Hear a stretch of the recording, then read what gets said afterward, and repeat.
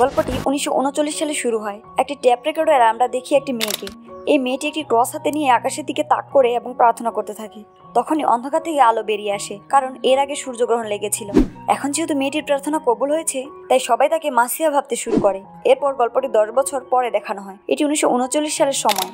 আমরা দেখি এক সিস্টার, যার নাম নার্সিসা, সে তার জিনিসপত্র নিয়ে একটি গির্জায় আসে। সে দেখতে পায় যে গির্জার দেয়ালে অনেকগুলো গুলির চিহ্ন রয়েছে। এরপর একজন সিস্টার, যিনি এই গির্জার প্রধান ছিলেন, তিনি নার্সিসাকে ভেতরে নিয়ে যান। তিনি বলেন যে যুদ্ধের পর যখন এখানে শান্তি ফিরে আসে, তখন গির্জার বয়স্ক লোকেরা এই জায়গা ছেড়ে চলে যায়। পুরনোদের মধ্যে কেবল আমি, এক সিস্টার এবং মাদার সুপিরিয়র রয়েছি। এখন এই গির্জাকে একটি স্কুল এবং গরিব শিশুদের জন্য ছাত্রাবাসে পরিণত করা হয়েছে। গরিব পরিবারের শিশুরা এখানে পড়াশোনা করতে ও থাকতে আসে। এরপর নার্সিসার দেখা হয় মাদার সুপিরিয়রের সঙ্গে, যিনি এই স্কুল ও ছাত্রাবাস চালাচ্ছেন। নার্সিসা তাদের ওখানে একটি ছবি দেখতে পায়, যে মেয়েটিকে আমরা গল্পের শুরুতে দেখেছি। আসলে এই মেয়েটি আর কেউ নয়, সে ছিল স্বয়ং নার্সিসা। তাদের কথোপকথনের সময় আমরা জানতে পারি যে নার্সিসা এখানে শিশুদের পড়ানোর জন্য এসেছে, কারণ সম্প্রতি এক সিস্টার এই স্কুল ছেড়ে চলে গিয়েছিল, কিন্তু কেউ জানতো না যে সে হঠাৎ করে কোথায় চলে গেল। এরপর নার্সিসাকে একটি কক্ষ দেওয়া হয়, যেখানে সে তার জিনিসপত্র রাখে, কিন্তু তার সুটকেসটি সামনে যাচ্ছিল না। সে ভালো করে দেখে যে সেখানে একটি বাক্স পড়ে আছে। যখন সে বাক্সটি খোলে, তখন সে দেখতে পায় একটি চিঠি, এক সিস্টারের ছবি এবং একটি কাঁচি। ছবিটিতে ওই সিস্টারের নামও লেখা ছিল, যা ছিল শোকরো। ছবিটি হাতে নিয়ে নার্সিসা সিস্টার শোকরোর নাম উচ্চারণ করে। তখনই তার সামনে থাকা চেয়ারটি নড়তে শুরু করে এবং একটি শব্দ করে নিচে পড়ে যায়। এরপর কেউ একজন দরজার বাইরে জোরে জোরে আঘাত করতে থাকে। নার্সিসা দরজা খুলে দেখে, কিন্তু সেখানে কেউ ছিল না। কিন্তু হ্যাঁ, সে দেখতে পায় তার কক্ষের সামনে একটি দেয়ালে একটি চিহ্ন, যা আগে ছিল না। তবে সে এটি উপেক্ষা করে এবং ক্লাসে যায় বাচ্চাদের পড়াতে। সে প্রথমে বাচ্চাদের নিজের সম্পর্কে বলে এবং ব্ল্যাকবোর্ডে নিজের নাম লেখা শুরু করে। যখন নার্সিসা তার নাম লেখে, তখন সব বাচ্চারা ভয় পেতে শুরু করে। তারা কিছু একটা বিড়বিড় করতে থাকে। একটি মেয়ে, রোজা, এতটাই ভয় পায় যে মল ত্যাগ হয়ে যায়। ক্লাসের পরে নার্সিসা রোজার কাছে গিয়ে জিজ্ঞাসা করে, আমি যখন ব্ল্যাকবোর্ডে আমার নাম লিখলাম, তখন তুমি এবং বাকিরা তো ভয় পাচ্ছিলে কেন? কিন্তু রোজা কিছু বলার আগেই তার যমজ বোন তাকে থামিয়ে দেয় এবং রোজাকে নিষেধ করে সে যেন নার্সিসাকে কিছু না বলে। এরপর নার্সিসা যখন নিজের ঘরে ফিরে আসে, সে তখন দেখতে পায় যে দেয়ালের সেই চিহ্ন, যা সে আগের দিন দেখেছিল, এখন আরো একটু বড় হয়ে গেছে। রাতে কেউ যেন সেখানে একটি রেখা এঁকে দিয়েছে। তবুও নার্সিসা এটিকে তেমন গুরুত্ব দেয় না। পরে মাদার সুপিরিয়র তাকে একটি অ্যালবাম দেখান, যেখানে সেই সিস্টারদের ছবি ছিল, যারা এখানে কাজ করার সময় মারা গিয়েছিল। কিন্তু অ্যালবামের একটি ছবি সেখানে ছিল না। নার্সিসা বুঝতে পারে যে এই হারিয়ে যাওয়া ছবিটি নিশ্চয়ই সিস্টার শোকরোর হবে, যার ছবি সে তার ঘরে পেয়েছিল।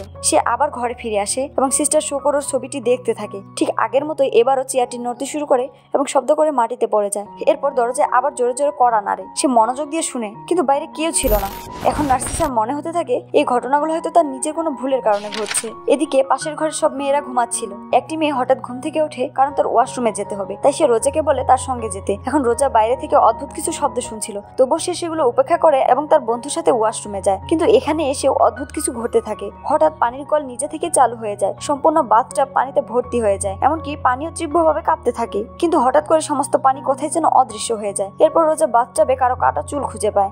সে চুলগুলোর দিকে তাকিয়েছিল। ঠিক তখনই সে অনুভব করে যে সেখানে কেউ একজন তার পাশে আছে। সে ভয়ে চিৎকার করে ওঠে। তার চিৎকার শুনে হেড নানু সেখানে চলে আসে। এদিকে ঘুমন্ত মেয়েদের একজনও চিৎকার করে ওঠে। সে বলে, আমার ঘুমের মধ্যে কেউ আমার চুল কেটে দিয়েছে, কারণ সেখানে একটি কেচি পাওয়া গিয়েছিল এবং তার চুলও সত্যিই কাটা ছিল। এখন যেহেতু রোজা বাথরুমে সেই কাটা চুল পেয়েছিল, সবাই ধরে নেয় যে রোজাই চুল কেটেছিল। যদিও সে কাঁদতে কাঁদতে বলতে থাকে, আমি কিছু করিনি, বিশ্বাস করুন। কিন্তু কেউ তার কথা বিশ্বাস করে না। হেড নানু তাকে প্রচন্ড মারধর করে। পরের দিন সকালে নার্সিসা যখন ক্লাসে আসে, সে দেখতে পায় যে রোজা আজ ক্লাসে নেই। সে জানতে পারে যে হেড নান রোজাকে শাস্তি হিসেবে একটি অন্ধকার কক্ষে আটকে রেখেছে। নার্সিসা যখন সেখানে যায়, রোজা তাকে বলে, হ্যাঁ, এটা আমি করিনি, আমি তখন বাথরুমে একটি মেয়ের আত্মাকে দেখেছিলাম। সে আরো বলে, আসলে আপনার আসার আগেও অনেকেই আত্মার শব্দ শুনেছে এবং তার উপস্থিতি অনুভব করেছে। আরো আমরা সবাই দেখেছি আপনার ঘরের সামনে সেই চিহ্ন, যা প্রতিদিন একটু একটু করে বড় হচ্ছে। যার জায়গায় আপনি এসেছেন, আমরা সেই সিস্টারকে বলেছিলাম, তিনি সেই অসম্পূর্ণ ছবিটি একটি পায়কে সম্পূর্ণ করেছিলেন। তিনি এটি করেছিলেন আমাদের সবাইকে বোঝানোর জন্য যে এখানে কোনো আত্মা নেই, যদিও আত্মা এখানেই ছিল। কিন্তু যখন সেই সিস্টার ছবিটি সম্পূর্ণ করেছিলেন, তার নাম নিজে নিজে ব্ল্যাকবোর্ডে লেখা হয়ে গেল। তারপর থেকে তিনি হঠাৎ করে গায়েব হয়ে গেলেন। কেউ জানে না তিনি কোথায় গেলেন। আর তার জায়গায় এখন আপনি এসেছেন বাচ্চাদের পড়াতে। রোজা নার্সিসাকে বলে, যখন আপনি প্রথম দিন ক্লাসে এসেছিলেন এবং ব্ল্যাকবোর্ডে আপনার নাম লিখেছিলেন, আমরা তখন এজন্যই ভয় পাচ্ছিলাম, কারণ একবার যদি কারো নাম ব্ল্যাকবোর্ডে লেখা হয়, এর মানে হলো তার মৃত্যু বা গায়েব হয়ে যাওয়া নিশ্চিত। সন্ধ্যায় নার্সিসা যখন ফিরে আসে, সে দেখে যে এক সিস্টার রান্নাঘরে একটি খাবার বানাচ্ছেন, যা দেখতে অনেকটা মোমোর মতো। জিজ্ঞাসা করলে সেই সিস্টার বলেন, এটি আগামীকাল সকালে বাচ্চাদের নাস্তার জন্য। এরপর তিনি নার্সিসাকে একটি মোমো খেতে দেন, যাতে সে স্বাদ কেমন হয়েছে তা বলতে পারে। নার্সিসা খায়, কিন্তু এর স্বাদ কিছুটা অদ্ভুত ছিল। এখন হঠাৎ করে তার মুখ থেকে রক্ত বের হতে শুরু করে এবং সে যা খেয়েছিল তার মুখ থেকে বেরিয়ে আসতে থাকে। সে দেখে এটা মোমো ছিল না, বরং মানুষের চোখ। এই দৃশ্য দেখে নার্সিসার ভয়ে দম বন্ধ হয়ে যাওয়ার মতো হয়। তার শরীর খারাপ লাগতে শুরু করে। এখন সে সামনে তাকিয়ে দেখে এই চোখগুলো অন্য কারোর নয়, বরং সেই সিস্টারের, যে এখন চোখবিহীন ভয়ঙ্কর চেহারায় তার দিকে তাকিয়ে আছেন। এই ভয়ঙ্কর অবস্থা দেখে নার্সিসা প্রচন্ড ভয় পেয়ে যায়। সে জোরে জোরে চিৎকার করতে থাকে। সে দৌড়ে একটি ঘরে চলে যায়, কিন্তু সেখানে কেউ যেন তার গলা ও শরীর চেপে ধরে হত্যা করার চেষ্টা করছে, কারণ তার মুখ কাপড় দিয়ে ঢাকা ছিল এবং সেই কাপড় ক্রমশ শক্ত হয়ে আসছিল। নার্সিসার প্রচন্ড যন্ত্রণা হচ্ছিল এবং সেই মুহূর্তে হঠাৎ করে তার চোখ খুলে যায়। এই দৃশ্য দেখে সে স্বস্তির নিঃশ্বাস ফেলে, কারণ এটি ছিল কেবলমাত্র একটি দুঃস্বপ্ন।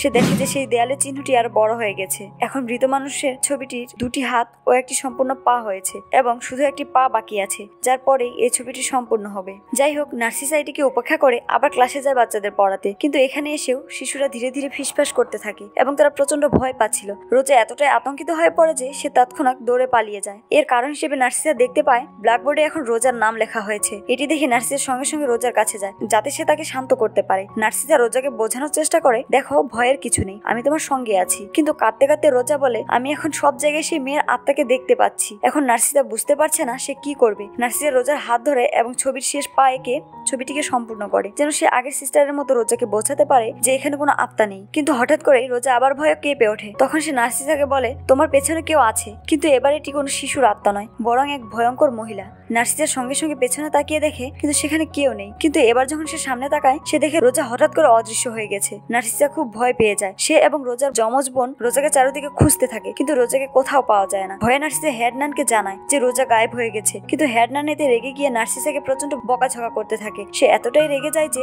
যেন মনে হচ্ছিল সে চায় না এখানে কি ঘটছে তা নার্সিসা জানুক। সে বলে, তুমি স্কুল ছেড়ে চলে যাও। কিন্তু নার্সিসা তখন রোজাকে খুঁজতে থাকে। এভাবে খুঁজতে খুঁজতে সে একটি ছোট ঘরে পৌঁছে যায়, কিন্তু হঠাৎ করে দরজাটা তখন বন্ধ হয়ে যায় এবং কেউ তাকে ঘরের ভিতর আটকে রাখে। এখন সে সামনে অনেকগুলো চোখ দেখতে পায়, আর তার পেছনে অনেকগুলো হাত বেরিয়ে আসে এবং তাকে ধরে ফেলে। তারা নার্সিসাকে ভয় দেখানোর পাশাপাশি তাকে মেরে ফেলারও চেষ্টা করে। তখন নার্সিসা যিশুর নাম নিয়ে চিৎকার করে ওঠে এবং কোনোভাবে দৌড়ে পালিয়ে যায়। সেই মুহূর্তে সে সামনে রোজার মৃতদেহ দেখতে পায়। রোজার মৃত্যুতে সে প্রচন্ড দুঃখ পায় এবং তাকে সমাধিস্থ করা হয়। সে ফুপিয়ে ফুপিয়ে কাঁদতে থাকে। তারপর সে ভারী মনে স্কুল ছেড়ে চলে যায়। ঠিক তখনই সে সূর্যের দিকে তাকায় এবং হঠাৎ করে সূর্যগ্রহণ শুরু হয়, ঠিক যেমনটা তার শৈশবে ঘটেছিল। এক মুহূর্তের মধ্যে চারিদিকে ঘন অন্ধকার নেমে আসে, কিন্তু কিছুক্ষণ পর গ্রহণ কেটে গেলে আবারও চারিদিকে উজ্জ্বল আলো ছড়িয়ে পড়ে। তবে নার্সিসা হাঁটু গেড়ে বসে সূর্যের দিকে তাকিয়েই থাকে। এক মুহূর্তের জন্য সে তার চোখ সরায় না। এভাবে অনেকক্ষণ তাকিয়ে থাকার ফলে তার দৃষ্টিশক্তি চিরতরে হারিয়ে যায়, অর্থাৎ সে সম্পূর্ণ অন্ধ হয়ে যায়। কিন্তু আশ্চর্যের বিষয় হলো, চোখ না থাকলেও সে এখনো দেখতে পাচ্ছিল এখানে যা কিছু ঘটছে। এটি ছিল সেই সময় যখন যুদ্ধ শুরু হয়েছিল। নার্সিসা দেখতে পায় যে যুদ্ধের সময় ডাকাত এই গির্জায় প্রবেশ করেছিল।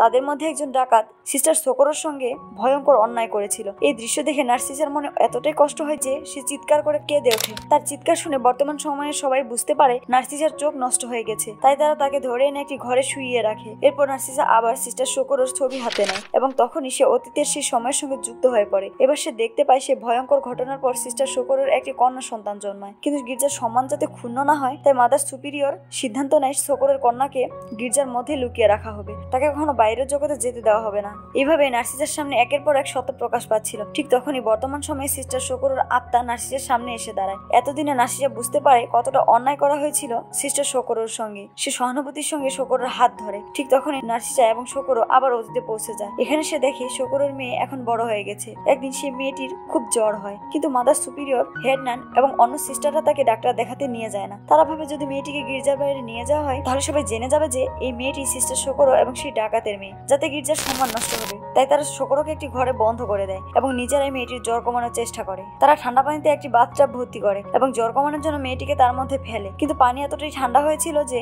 মেয়েটি হাত পা ছুটতে থাকে। এই ধাক্কাধাক্কির মাঝে মেয়েটির মাথা জোরে আঘাত পায় এবং রক্ত বের হতে শুরু করে। এক মুহূর্তের মধ্যে সে নিথর হয়ে যায় এবং তাদের হাতে এই মেয়েটি মারা যায়। যখন সিস্টার সোকোরো জানতে পারে তার কন্যার মৃত্যু হয়েছে, সে এই শোক সহ্য করতে পারে না। সে নিজেও নিজের প্রাণ নিয়ে নেয়। এখন নার্সিসা যখন অতীতে এসব দেখতে পায়, সে ভীষণ কষ্ট অনুভব করে। নার্সিসা সেই ঘরটি খুলে ফেলে যেখানে সিস্টার সোকোরোকে বন্দী করা হয়েছিল। সেই ঘরটি যা চিরকাল বন্ধ ছিল, সেখানে কাউকে ঢুকতে দেওয়া হতো না। আর সেই দরজা খোলার সঙ্গে সঙ্গেই এখানে দুইটি টাইম লাইন চলতে শুরু করে, একটি অতীতের আরেকটি বর্তমানের, এবং দুইটি পরস্পরের সঙ্গে জুড়ে যায়। যেই মুহূর্তে নার্সিসা দরজা খোলে, অতীতে সোকোরোর ঝুলন্ত দেহের চোখ খুলে যায়। তার আত্মা তখন অতীতে ঘুরে বেড়াতে শুরু করে। এদিকে বর্তমানেও তার আত্মা 3জন খুনির পেছনে পড়ে যায়, মাদার সুপিরিয়র, হেড নান আর একজন সিস্টার, যাদের হাতে তার মেয়ে মারা গেছে। অতীতে শোকরো হেড নানের মুখ বিকৃত করে দেয়, যার ফলে সে মৃত্যুবরণ করে। ঠিক তখনই বর্তমানেও হেড নান মারা যায়। এরপর শোকরো মাদার সুপিরিয়রের দিকে এগিয়ে যায়, তার মুখ ধরে তাকে বাচ্চা ভেবে চুবিয়ে মারে, ঠিক যেমন তার মেয়েকে মারা হয়েছিল। এভাবে অতীতে মাদার সুপিরিয়র মারা যেতেই বর্তমানেও সে মারা যায়। এরপর শোকরো সেই সিস্টারকে হত্যা করে। এভাবে শোকরো তার